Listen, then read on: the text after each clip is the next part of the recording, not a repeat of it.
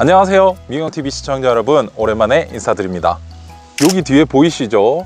여기는 저희 3년 전에 구매했던 농막, 여기는 저희 2년 전에 구매했던 캠핑카예요. 저희 채널의 메인 주제인 농막과 캠핑카를 원샷에 담아봤습니다. 아이 둘을 키우면서 저희 가족이 여가 시간을 보내는 주된 컨텐츠가 이 두 가지인데요. 텐트 캠핑부터 시작해서 세팅의 편리함을 추구하는 사람들은 트레일러, 카라반, 모터홈 이렇게 거치다가 농막이나 전원주택으로 정착하는 테크를 타는 경우도 있었는데, 아마도 이 두 가지를 동시에 운영해 보신 분들은 많이 없으실 것 같아서 함께 운영하면서 느낀 여러 가지 후기들과 어떤 게 본인에게 잘 맞는지에 대해서 이야기해 보고자 합니다. 농막이나 캠핑카를 사실 예정이신 분들은 이 영상을 보시면 어떤 거를 선택해야 할지 좀 감이 오시리라 믿고요. 그럼 시작해 보겠습니다. 고고! 먼저 농막을 선택해야 되는 사람입니다. 네, 첫 번째로 자연 그 자체를 즐기고 조용하게 자신만의 공간을 즐기시는 분들입니다. 사람이 북적하고 시끄러운 곳보다는 프라이빗하고 조용한 곳을 선호하는 분들에게는 농막이 딱입니다. 5도 2촌의 개념으로 주말에는 묵묵하게 텃밭도 가꾸고 농막과 농장을 예쁘게 관리하고 꾸며나가는 재미를 아시는 분들에게는 너무나 좋은 장소입니다. 캠핑장도 당연히 자연에서 보내는 하룻밤인 거는 맞지만 요즘 캠핑장 가보시면 정말 아시잖아요.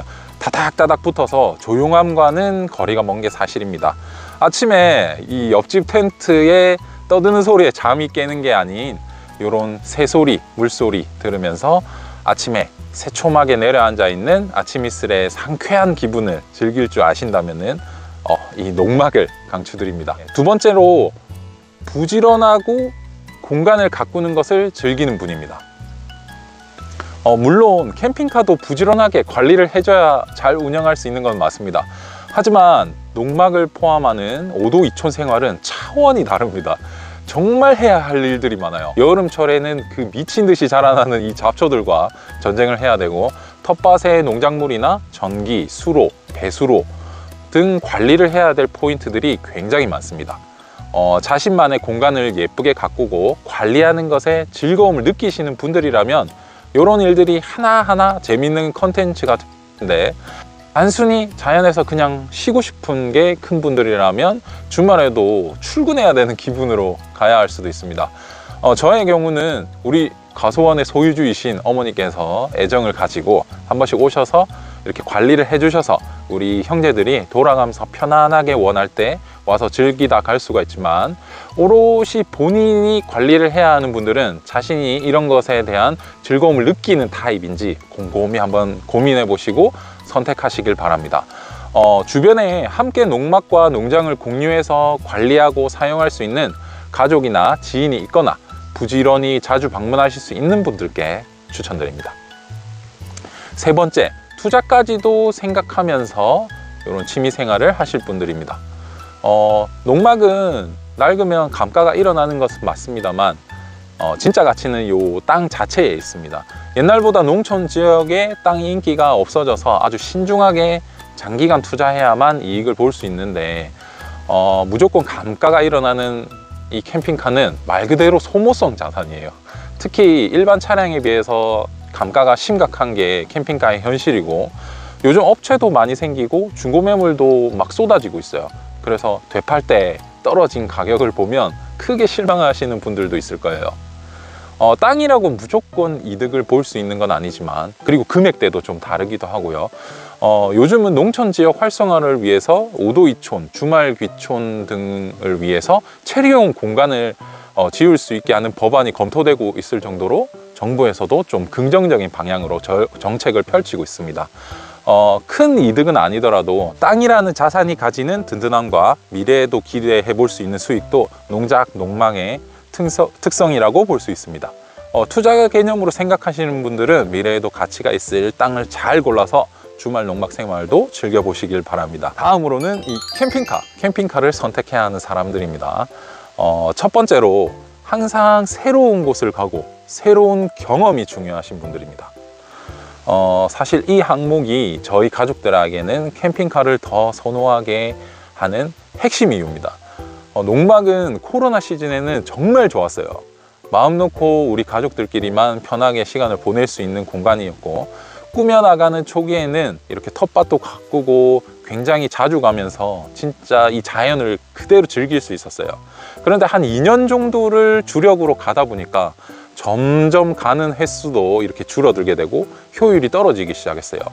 특히 아이들을 키우는 집에서는 매번 똑같은 곳을 가다 보면 아이들도 좀 지루해할 수 있고, 아이들이 커나가면서 전국 팔도를 돌아다니면서 보고 경험해야 할 것들도 많은데, 그러기에는 역시 이 캠핑카 생활이 좀 더 다이나믹하고 매 주말 잘 활용할 수 있는 선택이었습니다.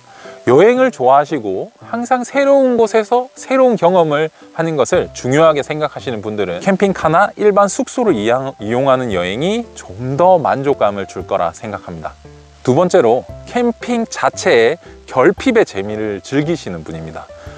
캠핑을 좋아하는 사람의 대부분은 그 특유의 결핍을 제대로 즐기시는 분들입니다. 당연히 숙소가 편하고 쾌적하죠. 그런데 왜 밖에 나와서 땀 뻘뻘 흘리면서 텐트 치고 장비 세팅해 가면서 잘까요?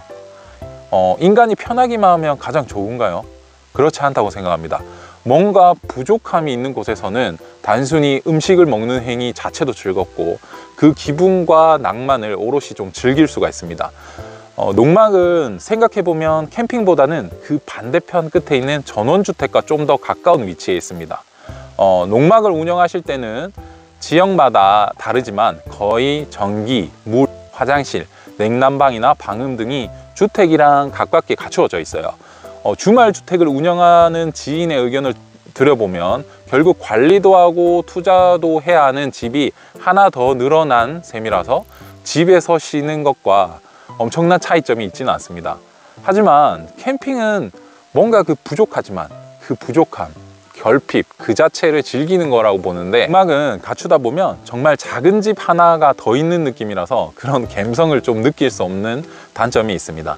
이런 성향을 가지신 분들께는 캠핑카나 오토 캠핑 하는 것을 추천드립니다. 오늘은 지난 3년간 주말 농막 생활과 2년간 캠핑카 생활을 함께 해보면서 각각의 특성을 느껴보고 사람의 성향에 따라서 어떤 선택을 하는 것이 좋은가에 대해서 이야기해 보았습니다. 두 가지를 다 운용하기에는 자금이나 시간적으로도 무리가 있으니까 본인의 성향에 맞고 여유가 되시는 만큼 즐거운 주말 생활을 즐기시길 바라겠습니다. 오늘도 시청해 주셔서 감사합니다. 다음에 좋은 주제로 찾아뵙도록 하겠습니다. 감사합니다.